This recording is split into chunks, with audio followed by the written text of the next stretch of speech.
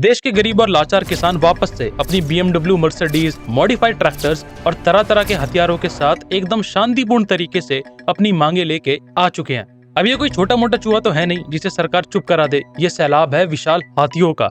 लेकिन हाथियों की एक और बात सच होती है, और वो है कि हाथियों के दांत खाने के कुछ और दिखाने के कुछ और। तो फार्मर्स प्रोटेस्ट की आड़ में इनकी छिपी हुई मांग क्या है, ये आप खुद ही इनके मुंह से सुन लो। सुबह 10 बजे से ਹੁਣ ਇਹ ਤੋਂ ਗਵਾ ਕੇ ਅਸੀਂ ਇਹਨਾਂ ਤੋਂ ਕੀ ਉਮੀਦ ਰੱਖਦੇ ਹਾਂ? ਸਾਨੂੰ ਇਹਨਾਂ ਤੋਂ ਕੋਈ ਉਮੀਦ ਨਹੀਂ ਹੈਗੀ। ਅਸੀਂ ਆਜ਼ਾਦ ਪੰਜਾਬ ਚਾਹੁੰਦੇ ਹਾਂ, ਸਾਂਝਾ ਪੰਜਾਬ, ਖਾਲਿਸਤਾਨ ਪੰਜਾਬ।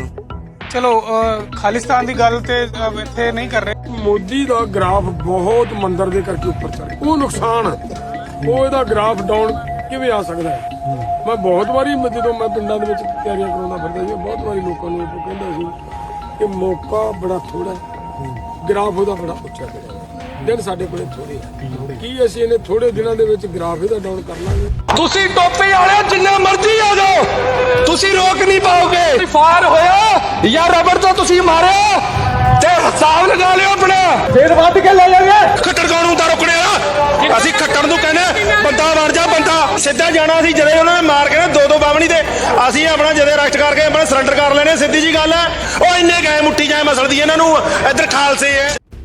ये इनकी कुछ स्पष्ट मांगे हैं जो कि अक्सर लोगों को दिखाई नहीं देती। लेकिन ऐसा भी नहीं है कि इस प्रोटेस्ट में आए सभी लोग इसी मानसिकता से आए हैं। इस प्रोटेस्ट में हमारे कई अन्नदाता भी हैं और उनकी मांगे को सुनना न सिर्फ सरकार की बल्कि पूरे देश की जिम्मेदारी बनती है। लेकिन बात ऐसी है कि क्या इनकी डिमांड्स असलियत में फिजिबल यानी संभव हैं भी? रियल लाइफ में हम इनकी मांगों को पूरा कर सकते हैं? क्योंकि मांगे तो बाद में रखी गई थी, कांग्रेस ने पहले ही उन मांगों को पूरा करने का वादा कर दिया है, जबकि खुद वो अपने 10 साल के राज में इन मांगों को स्पष्ट तरीके से लागू कर सकती थी। लेकिन उस समय पर वोट्स की जरूरत नहीं थी तो उन्होंने मांगे पूरी नहीं की, सिंपल। लेकिन आप एक और चीज नोटिस करोगे कि जब भी ऐसी कोई प्रोटेस्ट होती है तो प्रोटेस्ट से पहले ही जो इनके नैरेटिव सेट करने वाले लोग होते हैं वो पहले ही वायरस की तरफ फैलने लगते हैं। एंड आई थिंक कि अगर इन नैरेटिव्स को टैकल कर ले तो पूरी की पूरी इमेज ऑटोमेटिकली क्लियर हो जाएगी। और उन्हीं कुछ लोगों में से उनके गुरु हैं आकाश बनर्जी, द सो कॉल्ड देशभक्त। आज के फार्मर्स प्रोटेस्ट 2.0 को देख लो।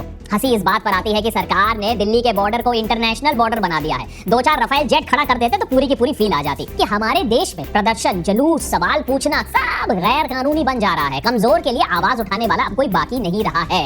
कि पिछले किसान आंदोलन से सरकार ने कुछ नहीं सीखा है। गरूर वही है, तेवर वही है।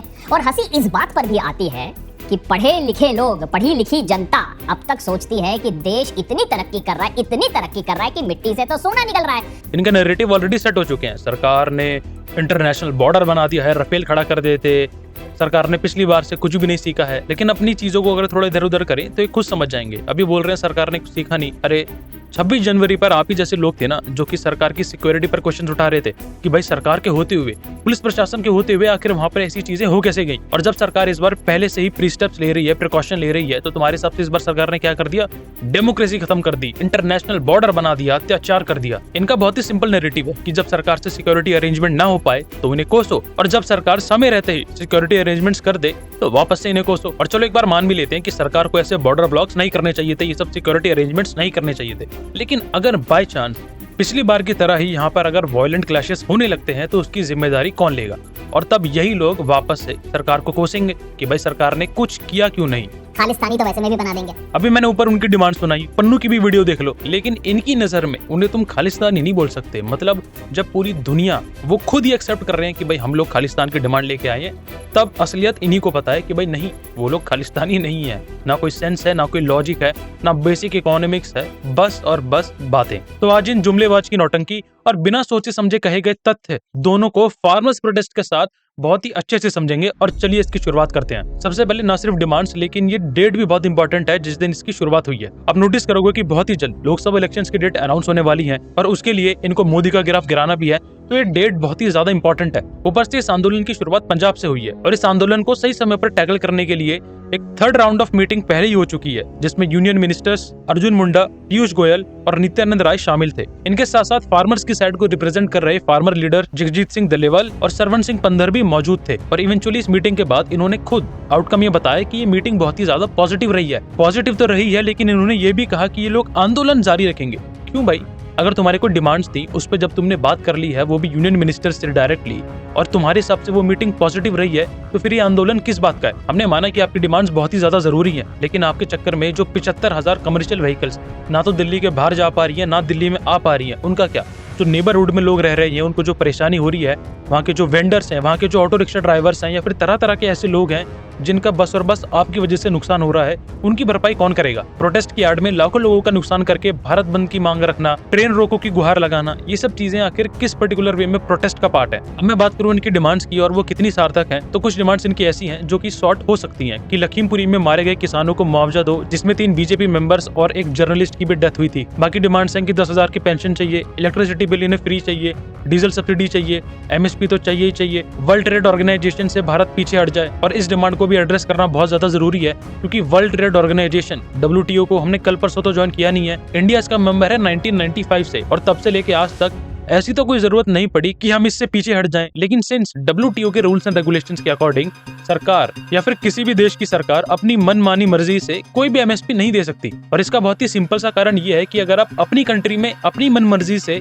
ज्यादा MSP दोगे तो पूरी की पूरी वर्ल्ड ट्रेड हैम्पर हो जाएगी। उसके साथ साथ हमारे इंपोर्ट्स और एक्सपोर्ट्स पर इसका सीधा सीधा असर तो आएगा ही आएगा। आप ये चीज खुद सोचो कि अगर सरकार MSP की वैल्यू 100 रखती है, तो 100 रुपए में चीज खरीद के, सिंस वो वर्ल्ड ट्रेड है, तो वहाँ पर 70 रुपए में तो बेचेगी नहीं, उल्टा 20-30 रुपए फायदे में ही बेचेगी, ताकि सरकार को और पूरे के पूरे देश को थोड़ा सा मुनाफा भी हो। तो जाहिर सी बात है कि अगर तुम MSP बढ़ाओगे तो या तो तुम अपने देश का नुकसान करा लो, या तो पूरे के पूरे वर्ल्ड ट्रेड को हैम्पर कर लो। और दोनों ही चीजें कोई भी देश, ना सिर्फ भारत बल्कि कोई भी देश अफोर्ड नहीं कर सकता। लेकिन किसानों की मांग है कि सिंस WTO के कारण से उनकी MSP की मांग पूरी नहीं हो सकती, तो भारत को WTO से ही पीछे हट जाना चाहिए। एक तरह से देखा जाए तो MSP इनकी सबसे मेजर डिमांड है। घूम फिर के चीजें इसी के अराउंड घूम रही हैं। तो सबसे पहले MSP को ही देख लेते हैं, उसके बाद बाकी चीजों की इकोनॉमिक्स को देखते हैं। तो MSP basically minimum support price होता है, जो कि सरकार सेट करती है किसी भी क्रॉप के लिए। अब इससे होता क्या है कि किसान अगर किसी भी कारणवश प्राइवेट मार्केट में अपनी फसलें नहीं बेच पा रहा है, वो भी एक सही दाम पर, तो सरकार उससे उस MSP पर वो दामें खरीद लेगी, चाहे पूरी मार्केट में उस फसल का दाम कितना भी नीचे हो।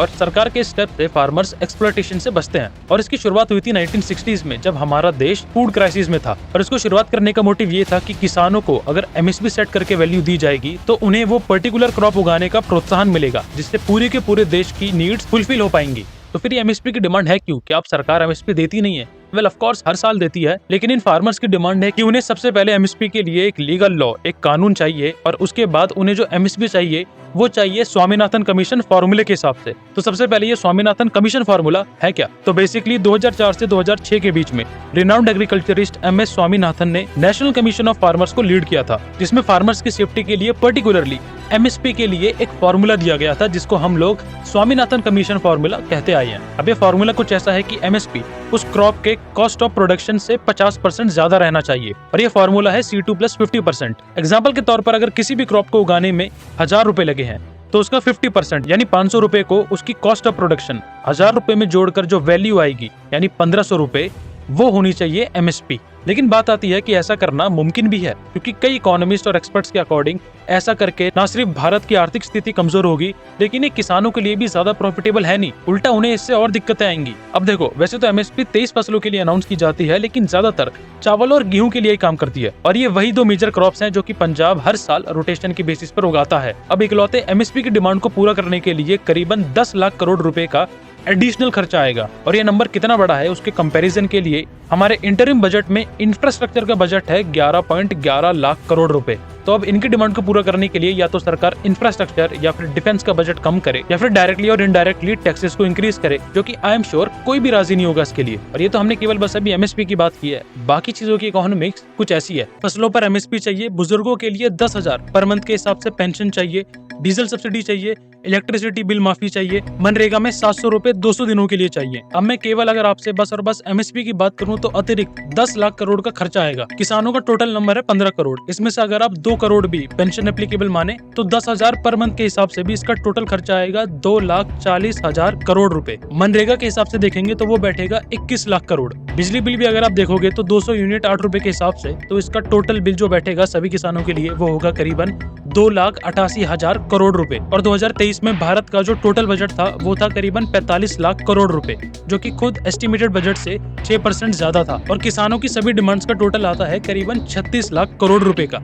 इसके साथ साथ आप ये चीज भी जानो कि माना कि पब्लिक डिस्ट्रीब्यूशन सिस्टम में सरकार को ये फसलें चाहिए होती हैं, लेकिन अभी जो डिमांड्स हैं उसके हिसाब से ऑलरेडी सप्लाई बहुत ही ज्यादा है। गवर्नमेंट के पास पहले से इतना सारा स्टॉक है और हर साल इसमें वेस्टेज भी टन्स में होता है। और अगर सरकार और भी ज्यादा क्रॉप्स ले लेती है तो उसके इंफ्रास्ट्रक्चर में भी तो पैसा लगाना पड़ेगा, क्योंकि उतनी अवेलेबिलिटी भारत के पास अभी है ही नहीं। लेकिन आप एक और चीज गौर करो कि एमएसपी की मांग इसीलिए है क्योंकि पूरे देश में सबसे ज्यादा मुनाफा अगर किसी को होता है एमएसपी से तो वो है पंजाब के किसानों को। लेकिन आप एक और चीज गौर करो कि एमएसपी की मांग इसीलिए है क्योंकि पूरे देश में सबसे ज्यादा मुनाफा अगर किसी को होता है एमएसपी से तो वो है पंजाब के किसानों को। 2022 और 23 के राबी मार्केटिंग सीजन में गेहूं के टोटल एमएसपी में से सबसे ज्यादा करीबन 20,000 करोड़ पंजाब को ही गया था।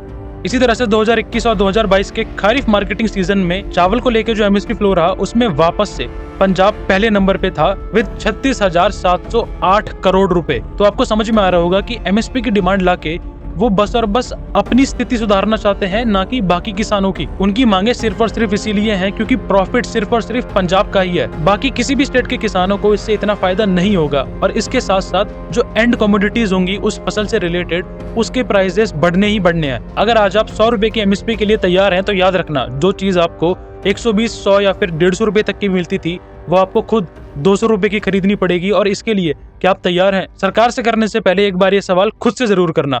फिर मिलेंगे। जय हिंद।